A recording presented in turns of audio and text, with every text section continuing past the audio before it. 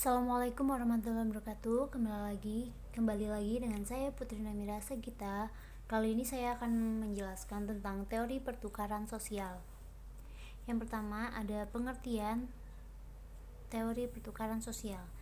Teori pertukaran sosial adalah sebuah teori psikologi sosial. Selain itu, teori pertukaran sosial adalah sebuah perspektif sosiologi yang menjelaskan tentang perubahan sosial dan stabilitas sebagai sebuah proses pertukaran negosiasi antar berbagai macam pihak.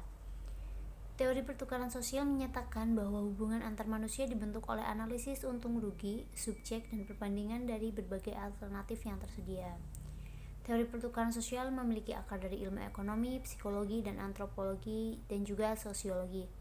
Beragamnya latar belakang disiplin ilmu yang mendasari teori pertukaran sosial mengakibatkan beragam pula karakteristik yang dimiliki pertukaran sosial ini. Teori pertukaran sosial dibangun dengan beberapa asumsi yang telah memandu penelitian dalam berbagai konteks komunikasi, yaitu komunikasi interpersonal atau komunikasi antar pribadi dan komunikasi organisasi. Utamanya terkait dengan beberapa teori yang menitik beratkan pada proses hubungan antar manusia seperti misalnya teori penetrasi sosial. Teori pertukaran sosial menurut para ahli. Di sini ada beberapa ahli dengan latar belakang disiplin ilmu yang berbeda telah mengembangkan teori pertukaran sosial, yaitu ada George Homans memandang teori pertukaran sosial dari sudut pandang sosiologi. Menurutnya, yang dimaksud dengan pertukaran sosial adalah pertukaran kegiatan antara dua orang, baik dapat dihitung ataupun tidak, dan kurang lebih menguntungkan atau merugikan. Harold Cayley dan John Thibault menitik beratkan studinya pada konsep-konsep teori psikologi diadik dan kelompok kecil.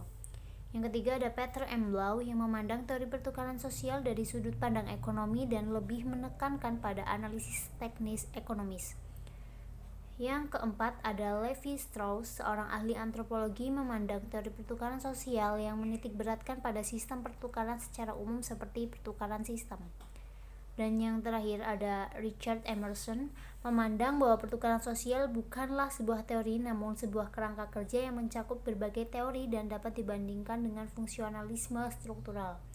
Menurut Emerson, teori pertukaran sosial adalah sebuah pendekatan dalam sosiologi yang menggambarkan secara sederhana situasi-situasi sosial non-ekonomi sebagaimana sebuah analisis ekonomi. Dan di sini ada asumsi. Semua teori itu dibangun berdasarkan beberapa asumsi tentang sifat manusia dan sifat hubungan. Yang termasuk sifat manusia adalah bahwa manusia selalu mencari ganjaran dan menghindari hukuman. Manusia adalah makhluk rasional dan standar yang digunakan untuk mengevaluasi biaya dan ganjaran akan berbeda setiap waktu dan dari orang ke orang.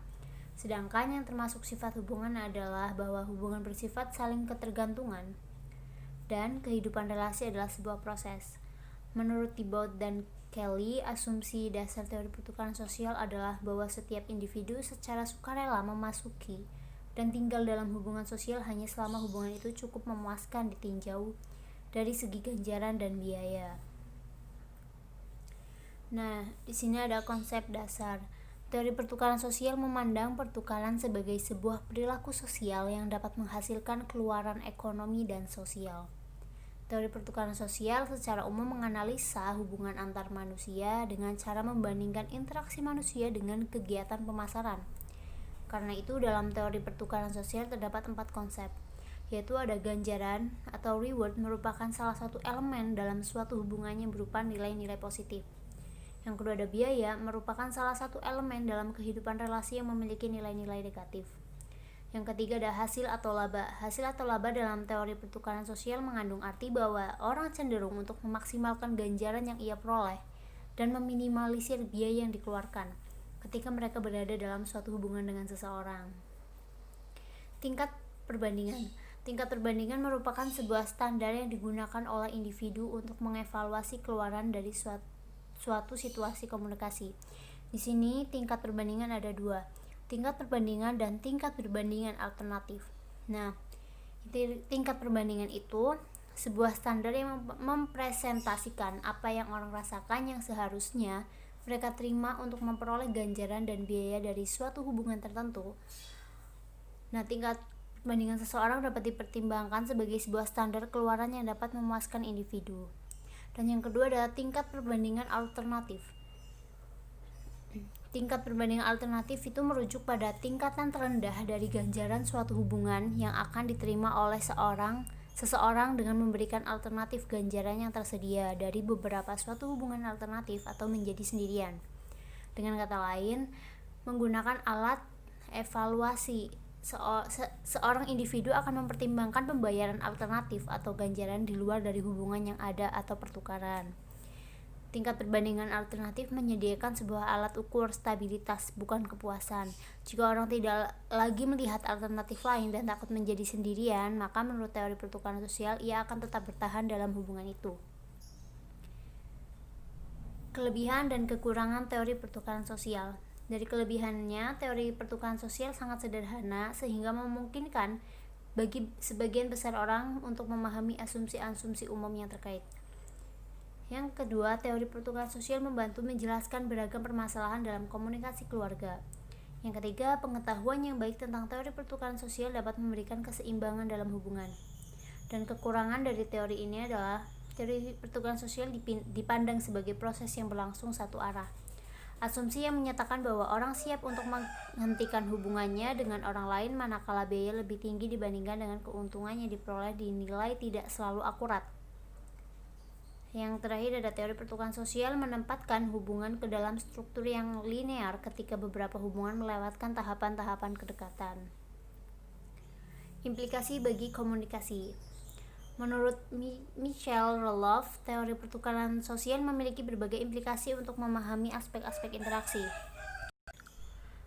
Ada beberapa aspek-aspek interaksi diantaranya ada beberapa implikasi bagi komunikasi. Ada interaksi dapat dipandang sebagai pertukaran sumber daya simbolis. Interaksi mengandung makna negosiasi terhadap berbagai sumber daya pertukaran. Interaksi mengandung makna di mana setiap individu menciptakan hubungan pertukaran dan jaringan. Yang terakhir, interaksi mengandung makna di mana setiap individu mengelola dan memperbaiki hubungan pertukaran dan jaringan. Manfaat mempelajari teori pertukaran sosial.